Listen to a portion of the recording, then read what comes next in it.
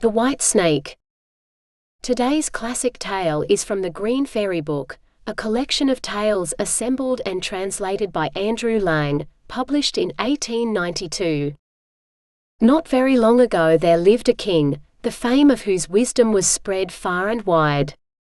Nothing appeared to be unknown to him, and it really seemed as if tidings of the most secret matters must be borne to him by the winds. He had one very peculiar habit. Every day, after the dinner table had been cleared, and everyone had retired, a confidential servant brought in a dish. It was covered, and neither the servant nor anyone else had any idea what was on it, for the king never removed the cover or partook of the dish, till he was quite alone.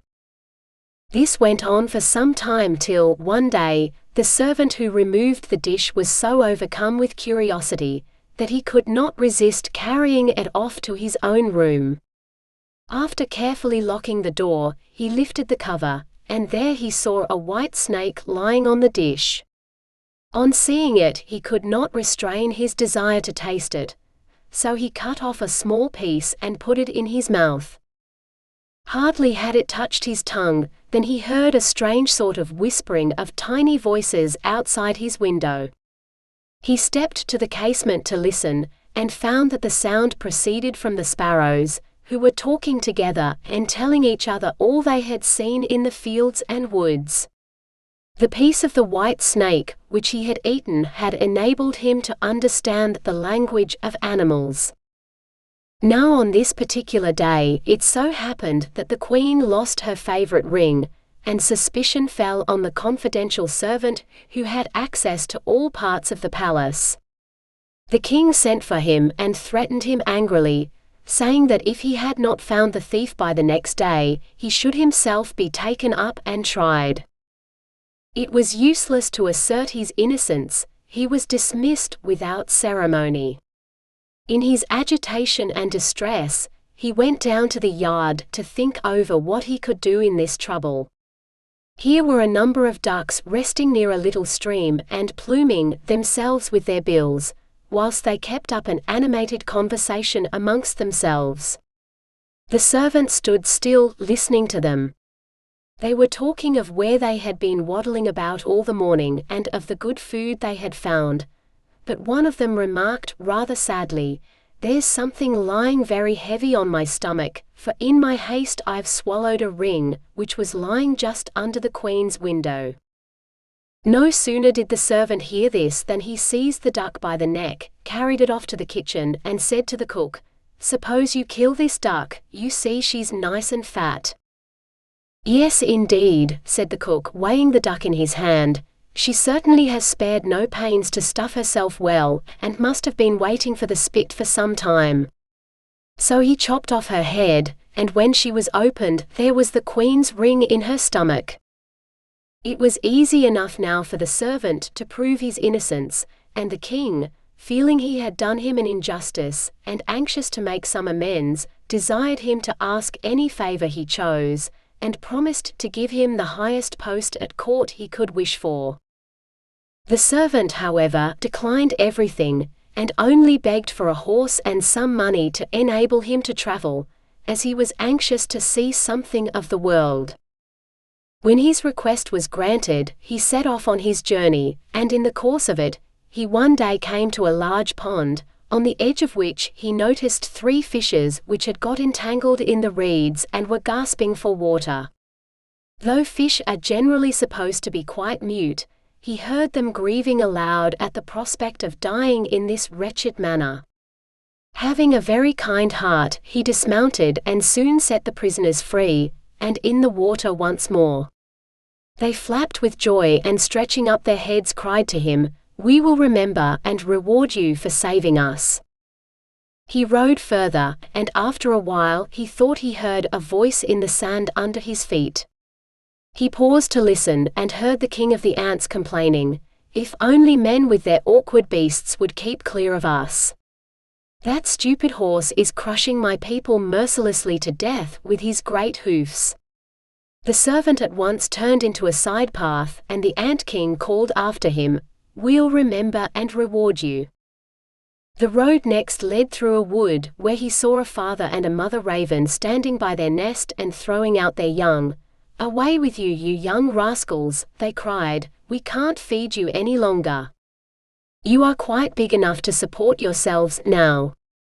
The poor little birds lay on the ground flapping and beating their wings and shrieked, "We poor helpless children, feed ourselves indeed. Why, we can't even fly yet, what can we do but die of hunger?" Then the kind youth dismounted, drew his sword, and killing his horse, left it there as food for the young ravens. They hopped up, satisfied their hunger, and piped, "We'll remember and reward you." He was now obliged to trust to his own legs, and after walking a long way, he reached a big town. Here he found a great crowd and much commotion in the streets, and a herald rode about announcing, "The king's daughter seeks a husband, but whoever would woo her must first execute a difficult task, and if he does not succeed, he must be content to forfeit his life." Many had risked their lives, but in vain. When the youth saw the king's daughter, he was so dazzled by her beauty that he forgot all idea of danger, and went to the king to announce himself a suitor. On this he was led out to a large lake, and a gold ring was thrown into it before his eyes. The king desired him to dive after it, adding, "If you return without it, you will be thrown back into the lake time after time, till you are drowned in its depths." Everyone felt sorry for the handsome young fellow, and left him alone on the shore. There he stood thinking and wondering what he could do, when all of a sudden he saw 3 fishes swimming along, and recognized them as the very same whose lives he had saved. The middle fish held a mussel in its mouth, which it laid at the young man's feet, and when he picked it up and opened it, there was the golden ring inside. Full of delight he brought it to the king's daughter, expecting to receive his promised reward. The haughty princess, however, on hearing that he was not her equal by birth, despised him, and exacted the fulfillment of a second task. She went into the garden, and with her own hands she strewed 10 sacks full of millet all over the grass. "He must pick all that up tomorrow morning before sunrise," she said.